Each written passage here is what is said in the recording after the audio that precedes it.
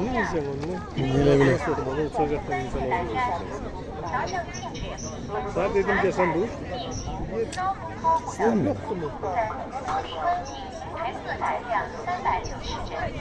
Şimdi bir aslında götümde koptu işte. Özünü bırakar dedi.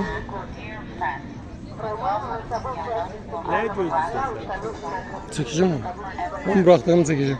sen? Video çeksen. Ha.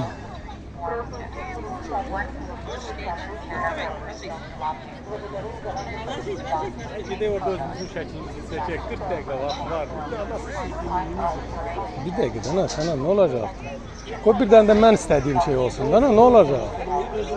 Ma ne getiripsen ben burada? Tullum mu özüm onu buradan özüm?